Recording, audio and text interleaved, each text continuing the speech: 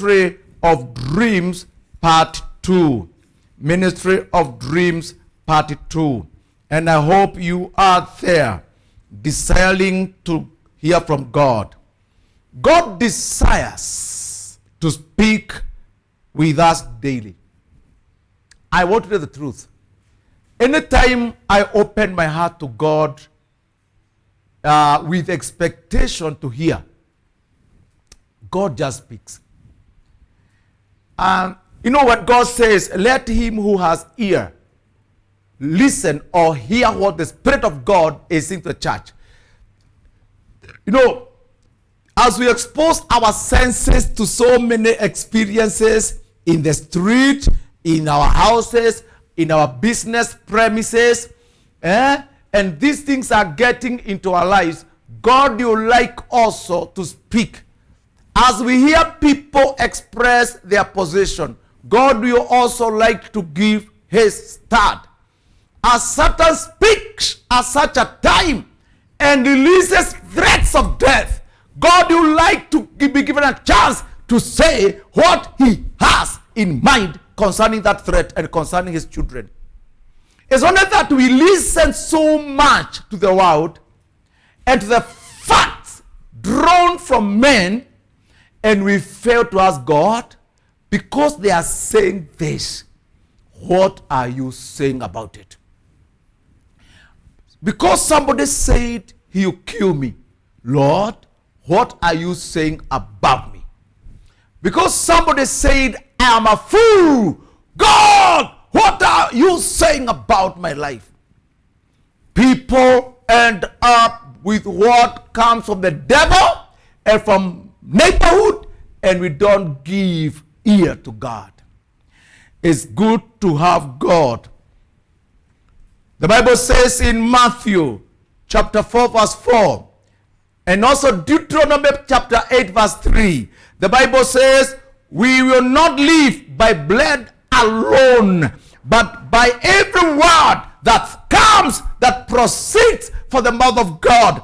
Actually, the word proceed is in present continuous tense. It's like saying we will live continually with the word that proceeds from the mouth of God continually.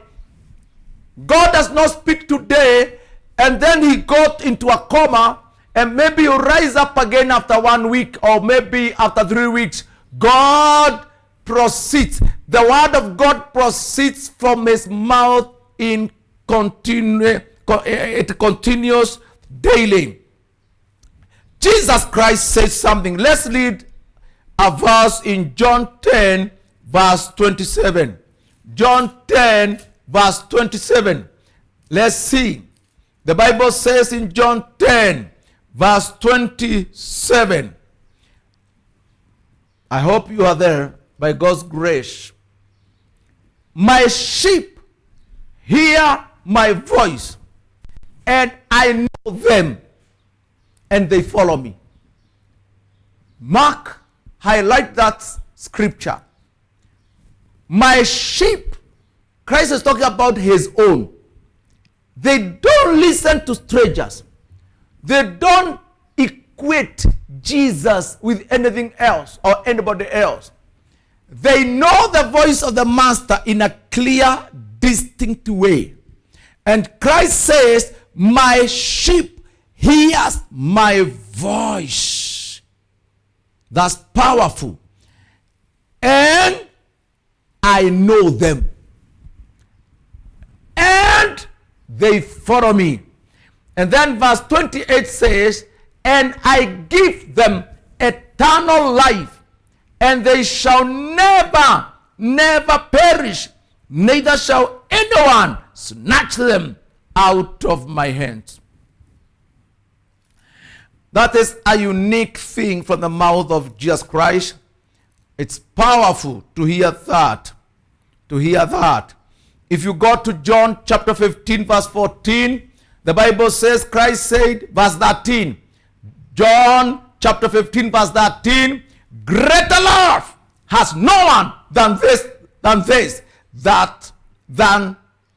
greater love has no one than this, than to lay down one's life for his friends. Verse 14, you are my friends if you do whatever I command you. Verse 15, no longer do I call you servants, for a servant does not know what his master is doing, but I have called you friends, for all things that I have heard from my Father I've made known to you. You did not choose me, but I chose you and appointed you. Now, it's good to know. Now, God would like to speak. If you are his friend, God would like to speak. Just as the Bible says in Amos 3 verse 7, God will do nothing unless he informs his servant. Are you a servant of God? Are you afraid of God? How can God be doing things without informing you? Are you a servant of God? How can enemy attack without God giving you some sensitivity, discernment? Are you a servant of God? Sometimes, how can God do something? It's like the day of Sodom and Gomorrah. God said, I'll not do anything in that place until I inform my friend Abraham. Often, God will tell you things as his friend. I pray in the name of the Lord Jesus Christ that you cultivate friendship with God. Don't just rise up and Sunday and become godly. Don't just rise up and sing a song and then after that you're not conscious about godliness. Can you please now make a decision of becoming a friend of Jehovah? I say now, make a decision of becoming a friend of God. It requires a deliberate, conscious, volitional commitment decision. Dreams come for several things. The dreams that God brings. Dreams come for instructions. Dreams comes for warning. Dreams come for encouragement. Dreams come for revelation. Dreams come for direction. Dreams come for teachings. Did you get? There are how many? 6 or 7? Can you repeat? You are guessing or you are sure? Dreams come for instruction. Dreams come for warning. Dreams come for encouragement. Dreams come for revelation. Dreams come for direction. And dreams come for teachings. That is instruction, warning, encouragement, revelation, direction, teachings. That is important to know that.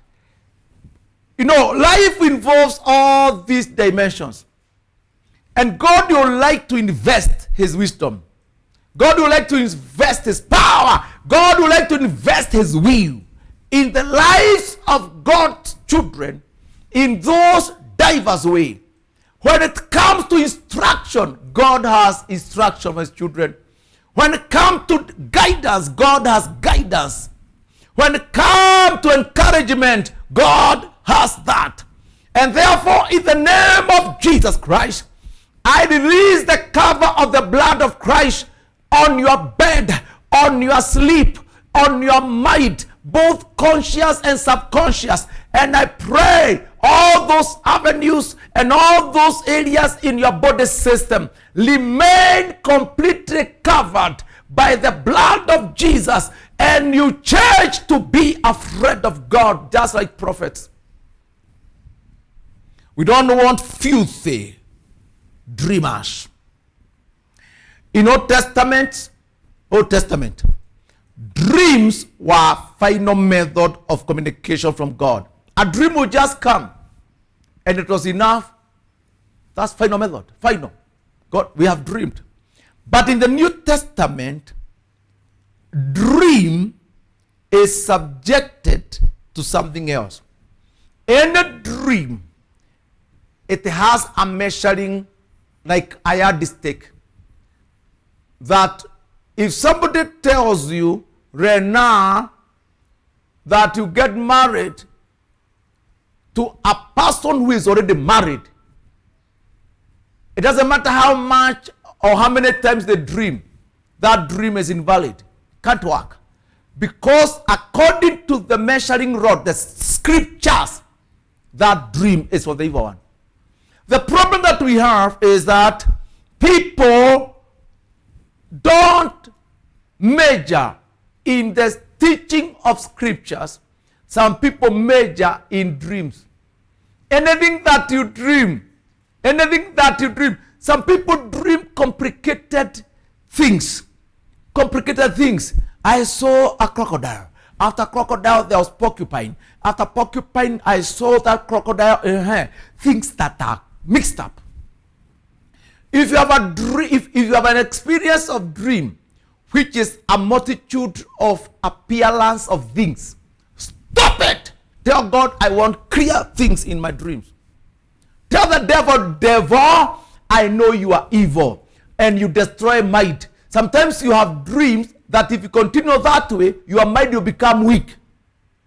You are subjected to filthy, complicated things because Satan can do that. You see this kind of animal.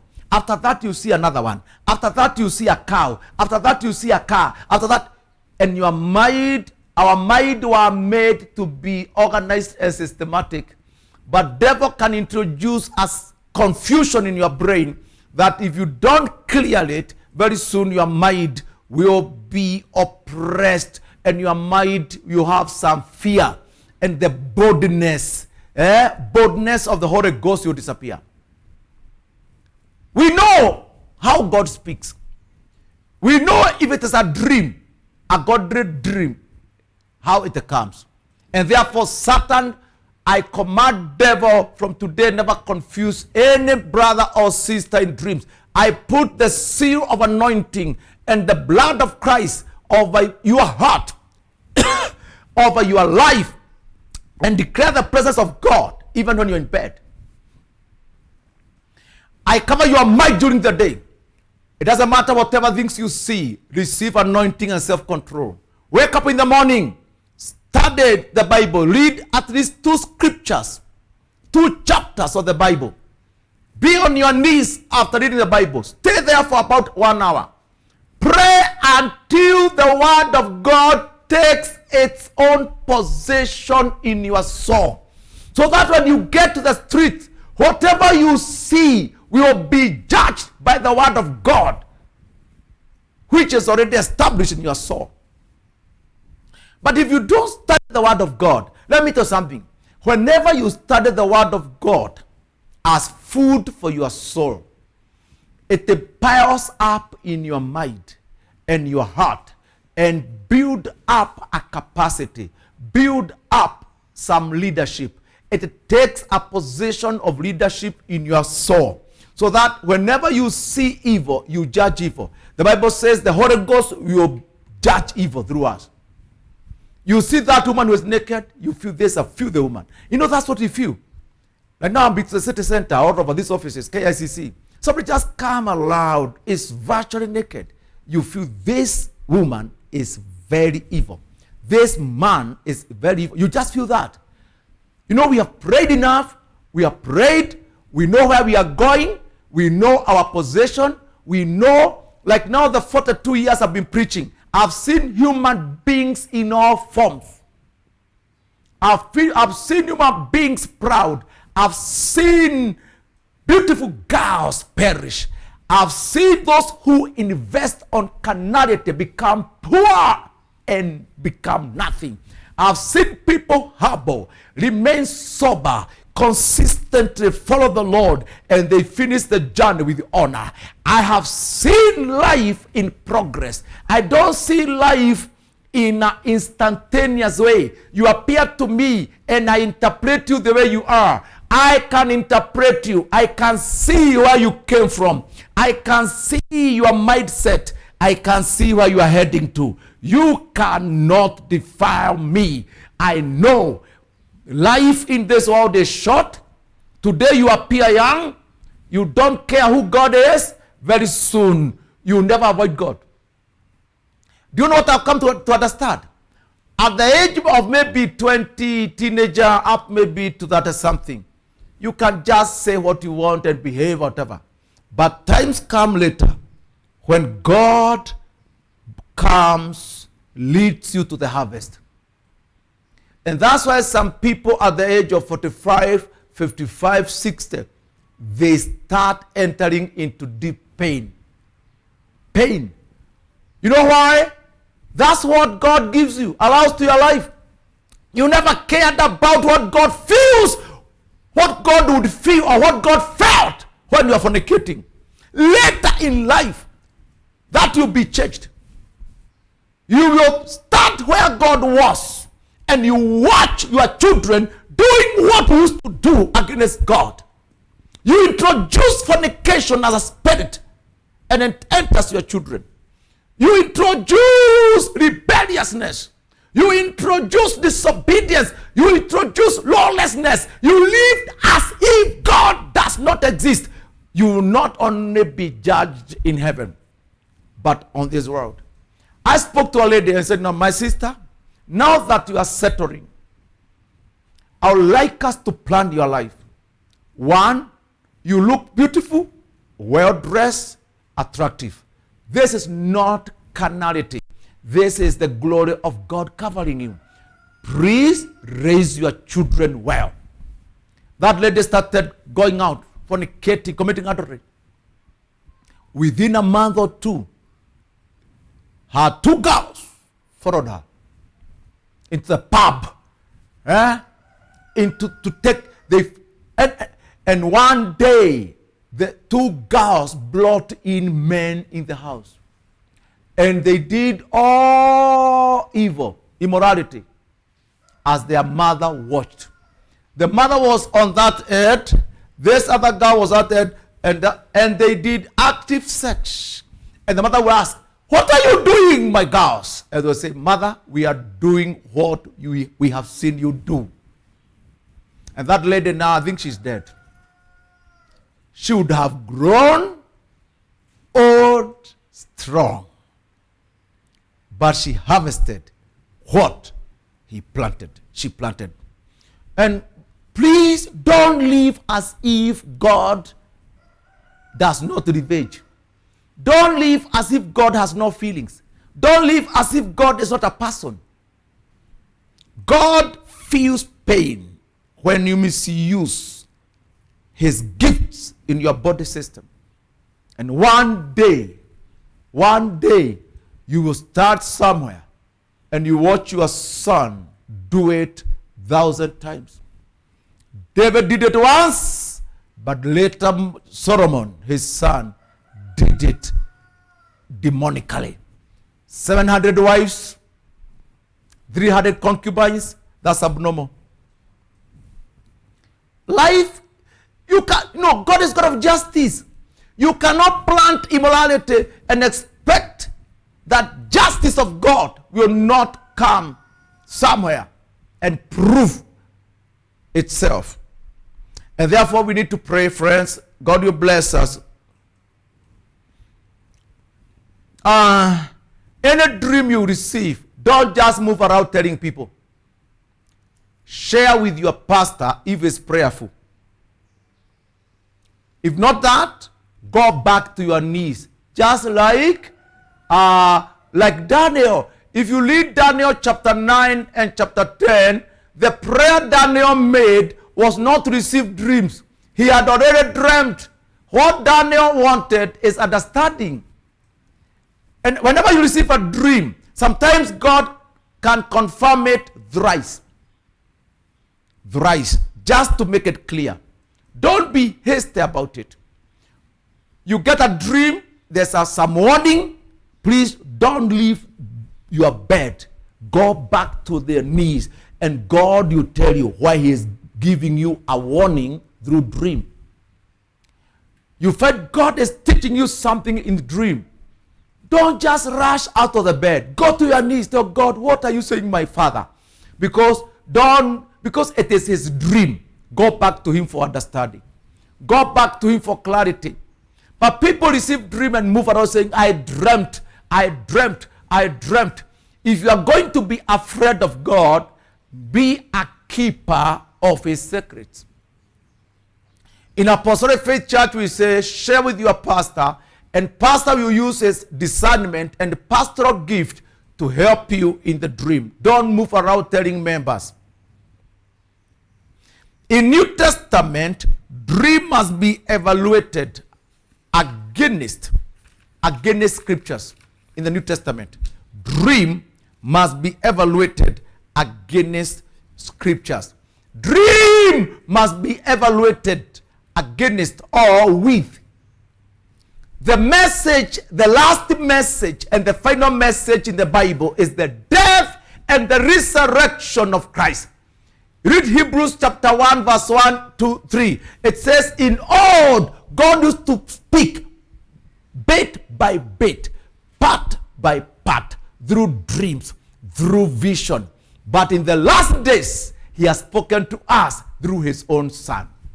The final message, the final word of the scripture is death and the resurrection of Jesus Christ.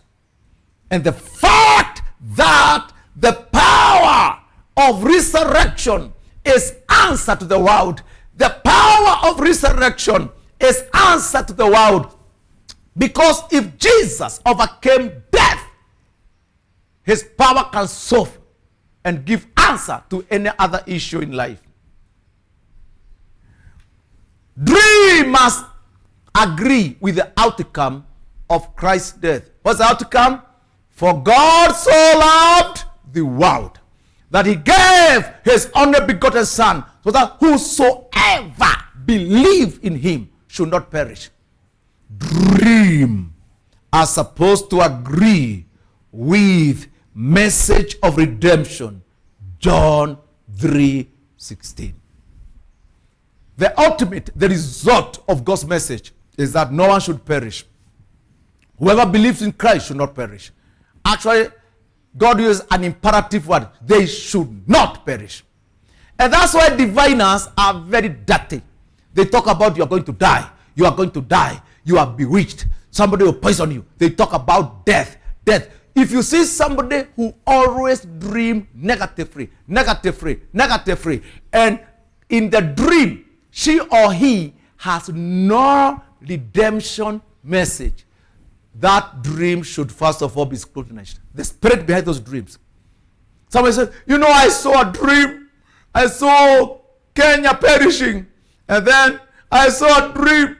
I saw President Biden. They see negative.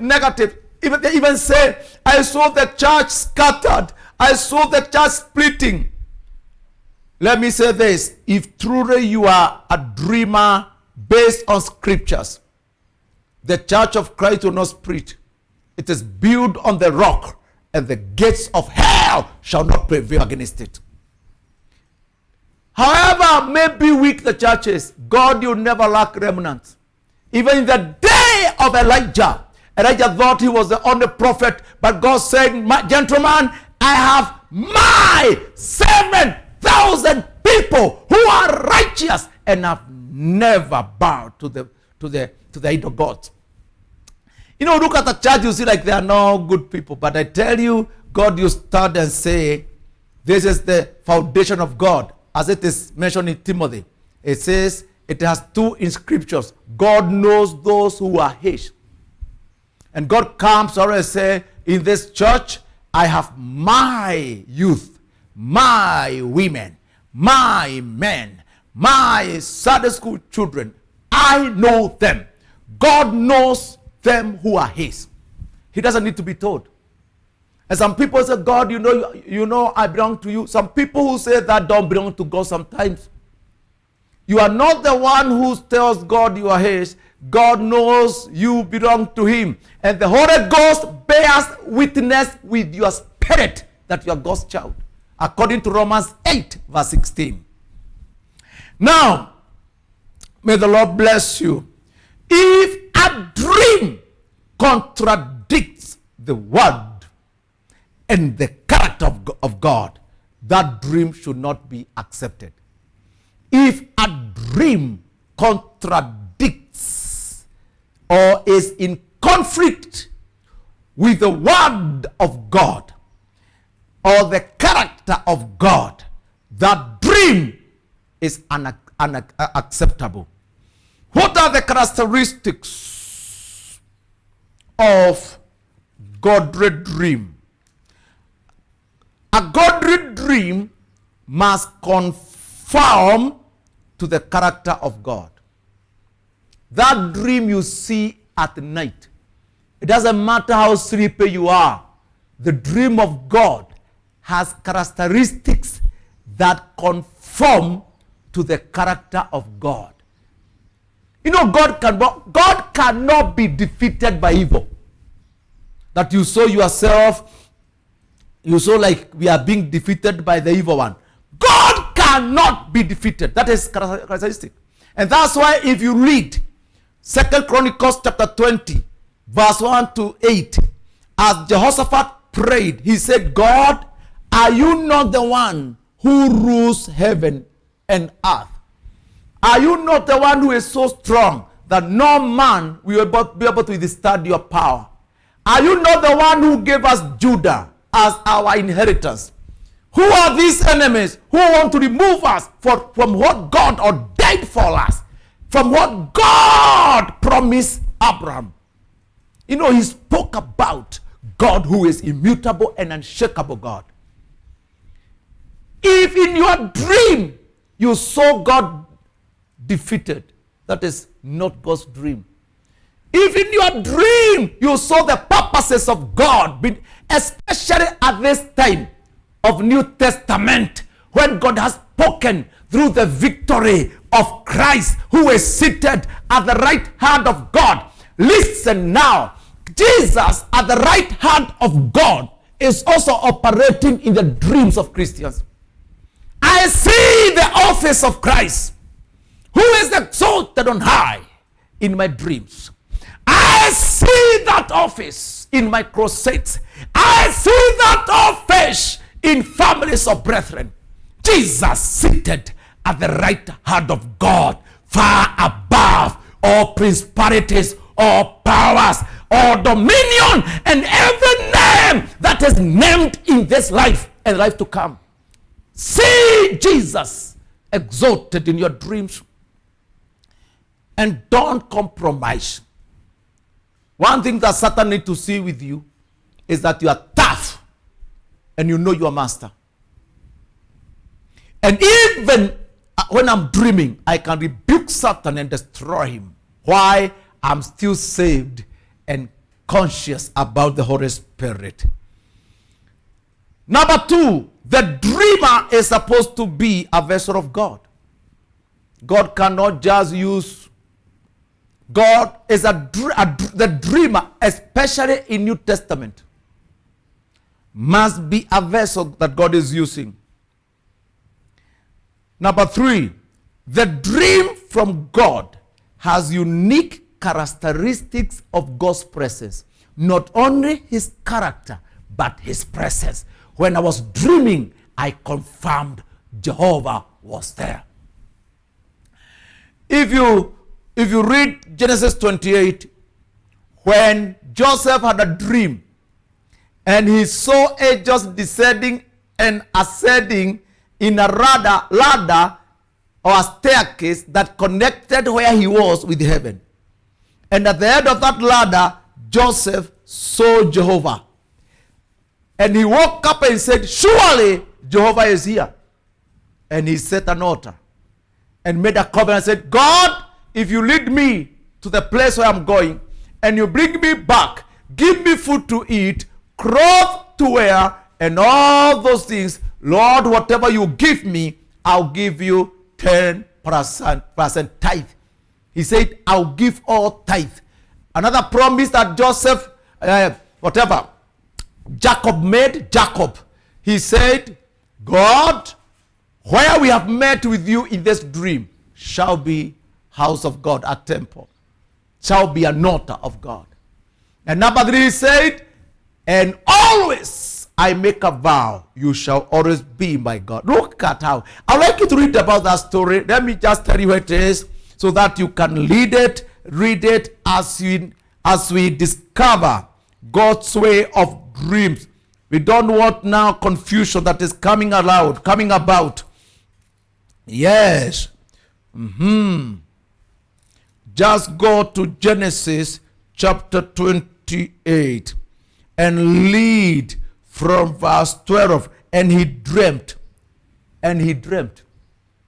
Behold, a ladder was set up on the earth, and its top reached to heaven. And there the angels of God were ascending and descending. And behold, the Lord stood above it. And if it ends up by this man saying, verse 17, and he was afraid and said, how awesome is this place? This is none other than the house of God, and this is the gate of heaven. Look at the way Jacob senses the presence of God in the dream. He says, oh, it's awesome. This is gate to heaven. It shall be called the house of God. I tell you, I like to see and now wake up at night. Maybe that, I don't visit your bedroom. I say, oh, my bedroom is becoming an altar of God. My bedroom is a place where God dwells, because the presence of God was in the dream. You are not somebody to be played about, tossed here and there by any demon. Demons should see fire around your bed. Blood of Christ sealing you. One day, there's a woman who had come to attack the church. And the way God changed her is that she used to change at the night. She was a devil worshiper, Satanist. And would change to become like a bird, a satanic bird that you fly over people's houses. And she told us she would see two categories of people. So you could see people covered with a blanket, pure red blanket, and others she would see naked completely. And those who are covered with the blanket, she will never be able to touch them. She said the blanket was so strong. But those who are naked, she was able to throw attacks, cancer, irritation, problem of marriages. And people would wake up in the morning sick. But one day, as she flew through, she landed on the roof of a sister that was spirit-filled.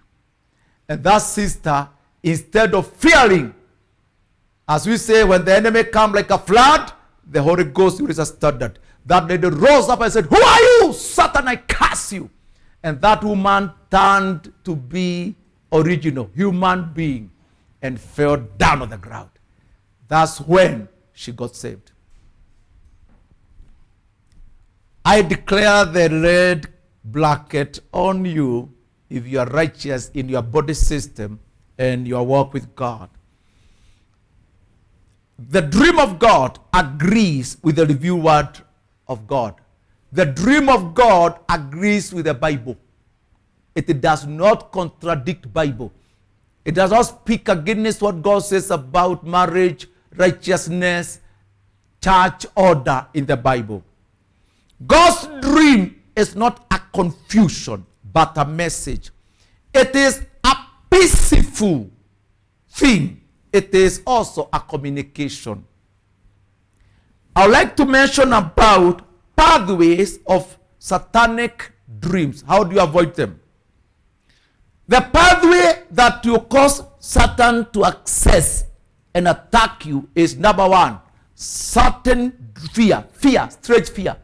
And that's why before Satan attacks church, brothers, pastors with dreadful dreams, he introduces a strange fear. Anybody who wants to bring about strange fear, stop them. You are going to die. We see your mother perishing. Stop them. Tell them, I prayed for my mom. I prayed for my brothers. They will not perish. The message of God is redemptive. John 3:16. Whosoever believe should not perish. Stop introduction of fear. Another thing that opens you to satanic dream is carnal desires or unrepented sin. Satanic carnal desires in your body, mind, and sin that you have always hidden. Unrepented sin. Another thing that attracts satanic dreams is unbroken covenants with witchcraft. Unbroken covenant with witchcraft, with the Satanism. There are covenants that you never broke. You used to be satanic, devil worshipper. You used to be connected with witchcraft. You practiced Satanism. You came to Jesus, but you never destroyed the links. You never denounced the covenants. Another thing that brings satanic attacks in dreams, lack of prayer, or praying a defeated prayer or distorted prayer. Lack of prayer, praying a distorted prayer, or actually praying defeated prayers, whereby you pray but you're crying underneath. You are crying underneath. You are actually crying and declaring defeat. Some people, you see them lying down saying, who am I? I am just dust. How can I win battles? I'm just human being. People who pray distorted prayer, even after Jesus overcame on the other cross, you are still languishing at the fear and lacking the direction. Another thing that brings pathway to satanic dream is exposing your mind to evil teachings full of threats that opens you to evil world. You went to a seminar where they taught, instead of teaching about the glory of Christ and his blood, they taught you about satanic things, until your mind is full of satanic network.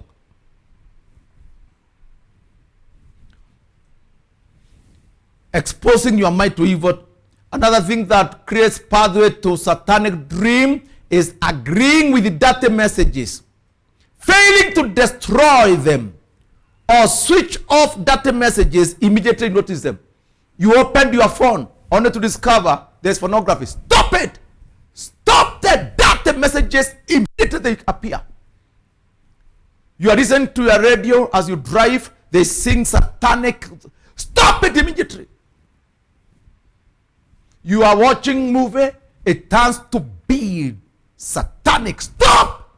If you fail to stop dirty messages or destroy, switch off dirty messages, immediately notice them, either through reading, teaching, or watching, or in songs, they get easily into your brain and saturate your brain, and they build up another thing. And you realize that you are struggling to be free. You are struggling to be pure.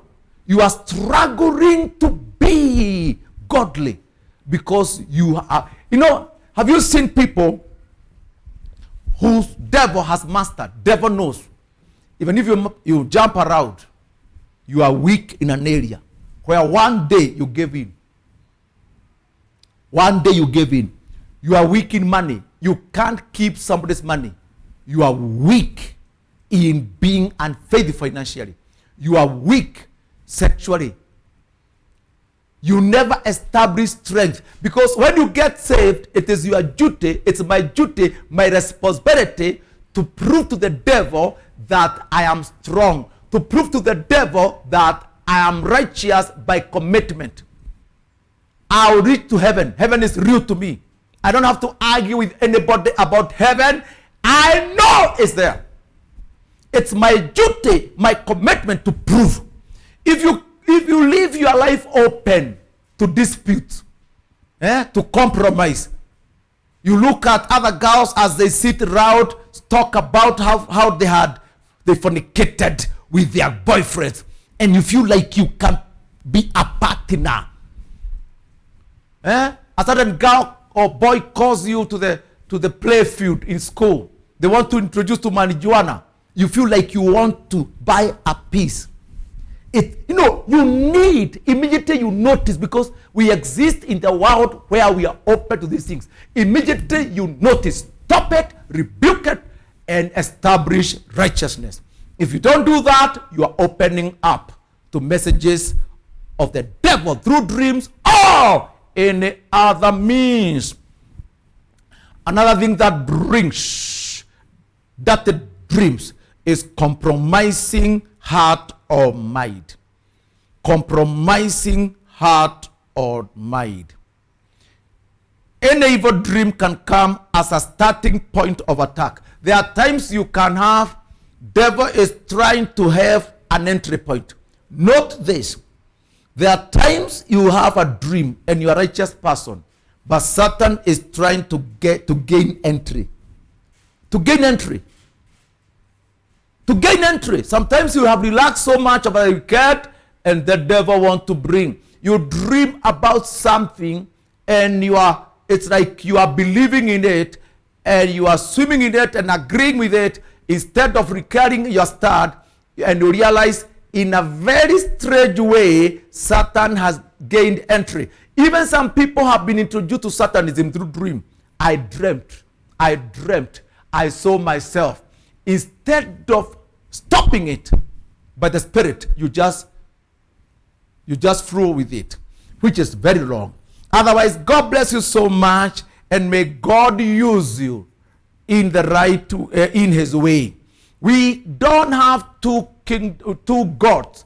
Our God is one, and Christ is the way. We don't have two spirits. We have the Holy Spirit in us. And brothers and sisters, we don't have long time to live here. That's why we are growing old, because we are going to another place. Live a life that leads to that other place where God called us. In Jesus Christ's name, I release blessing on you, the cover of the blood of Jesus, and I rebuke the avenues of satanic dreams. By the word of God, be established. May God use you. In Christ, receive blessings.